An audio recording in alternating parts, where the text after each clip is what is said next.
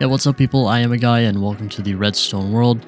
As promised in my last video, I have created the Redstone repeater factory. Before I begin today's video, I really do want to thank each and every viewer out there and everyone who subscribed to the channel, because I've never had statistics like this before. I've never even breached over 1,000 views on a regular video. So seeing the Piston Factory video blow up to I think 5,000 views at this point was really amazing to me, and it means a lot. So if you do want to continue supporting this channel, please leave a like, leave a comment, I don't know, tell me something that you like, something you dislike, maybe some recommendations, maybe even watch some of my other videos. It would really help out.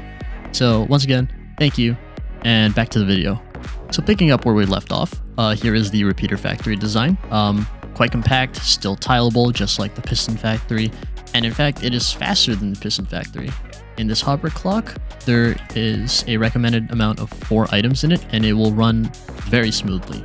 Similar to the Piston Factory, inside of the crafter there will be a blueprint to ensure the items go into the correct positions.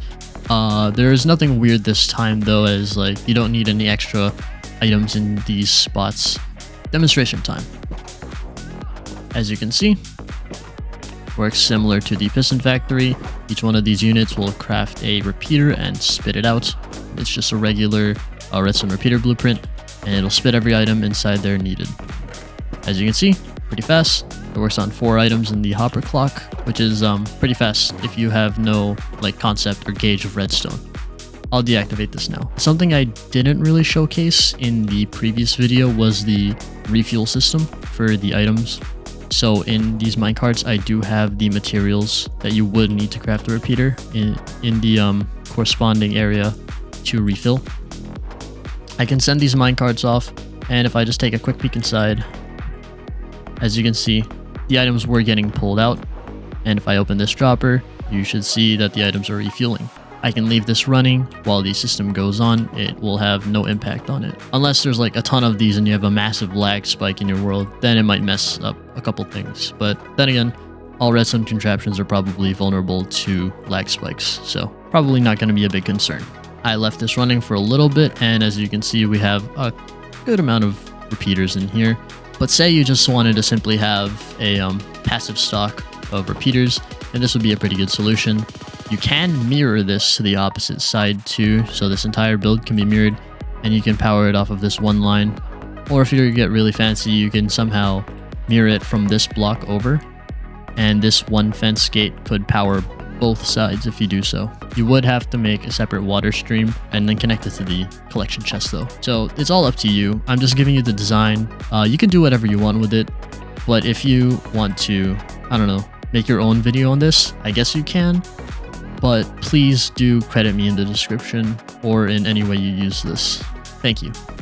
This is the single tile version of the system. You're probably familiar with how I designed these things by now. But as you can see, it is reminiscent of the Piston Factory one. The only minor changes are like maybe the slabs here and then the fence gate being pointed downwards, but that's just for the sake of compacting it. If you want to understand this and you want to get into redstone, then I do have just the thing for you. Here's just a couple of redstone basics for this system. This is simply to understand how it works or diagnose it if you somehow encounter errors. So I'll make this very brief. Just like in the Piston Factory video, one concept we outlined is chaining these multiple blocks, state blocks. And every time we do that, it detects 2 changes here. It'll detect 2 changes here, 2 changes here, but it will also be powered corresponding to the amount of times this is powered. So in simple terms, this will fire once, this will fire twice, this will fire 3 times, and this will fire 4 times. Now let's flip to the other side.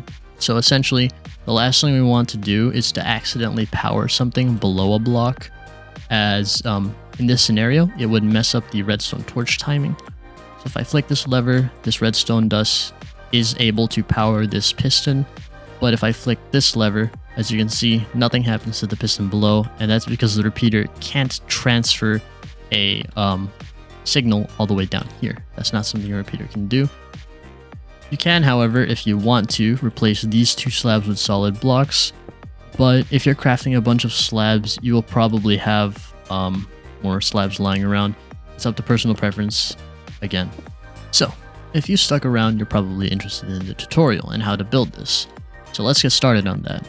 First, you're going to want to place a fence gate here. Then you want an observer with the face on the fence gate, a redstone lamp, and then 2 observers, one pointing upwards and one pointing sideways. Then you want a block of choice here and a dropper facing this direction. Then you're going to want a crafter facing downward, and this crafter is already loaded with the items. I just grabbed a crafter with NBT data and everything stored in here. Can't do that in survival if you didn't know about this stuff. You can line up 3 slabs here, or yet again, put a block here and a block here if you really want to. Doesn't really matter, it won't impact the system. But you can put a block there, put 2 redstone dust here, and then grab a repeater, put it here, and add 1 tick to it.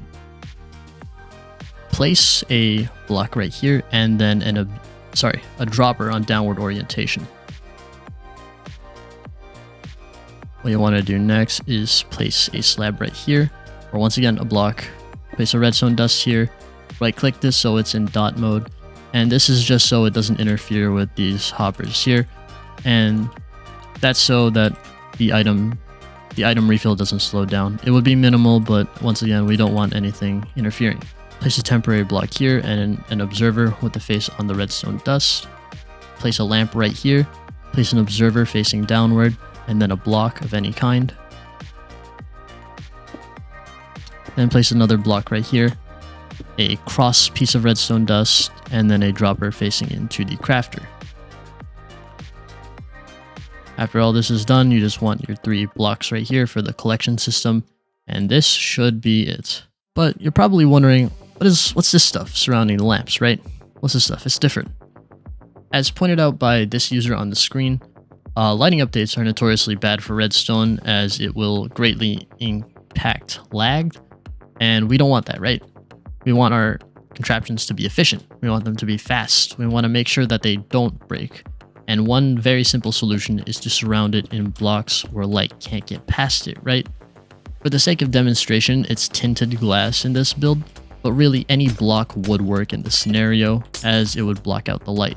All we need to do is add the hoppers in the back, right? So place a hopper in each corresponding dropper area and then tower them up until they are above this block. That would allow you to run your minecart system over top of it. All that's left now is to put the items that are required to the system. So let's just grab them from the crafter. The stone goes in this one, the redstone goes in here, and the redstone torches go in here. As you can see, the droppers will fill accordingly, and if I flick this, 1 repeater pops out, and everything is fine. So, that's pretty much it for the build. But as a little bonus, there are some revisions to the piston factory I have. You may notice that there is tinted glass on this, and that's once again because of the issue that this user pointed out. I wanted to make sure that lag is decreased, to surround it with tinted glass if you can afford it, but also any other block works as I said before. But there is one small problem. There is an inconsistency here. You cannot block out this lamp with this setup. What you can do is switch it to this though. All you gotta do, replace this one with a solid block, one that can have a redstone signal push through it, and then simply increase this repeater tick by 1. This will have the equivalent repeater delay as before and completely block out the light. So that's pretty much every change here. So that's pretty much all I got for today. If you enjoyed the video, please leave a like or comment. And if you leave a comment, please put some criticism down below, maybe some suggestions, maybe something you liked or disliked. It would really help me move through the algorithm. Also, if you really feel like it, you could watch some of my other videos, such as the Piston Factory, if you haven't watched that yet. Or maybe the one skit I have that I still have on this channel, When You Need Water. I think I'm really happy with that one. There will be a small delay between uploads because my next planned project is a trailer for something I've been working on for, I believe, 2 years now. Yeah, it's a trailer for a minigame server I made, and if you do feel like sticking around, then maybe you could get to be part of the experience. So stay tuned for that if you're interested. Anyways, that's all for me today. See ya.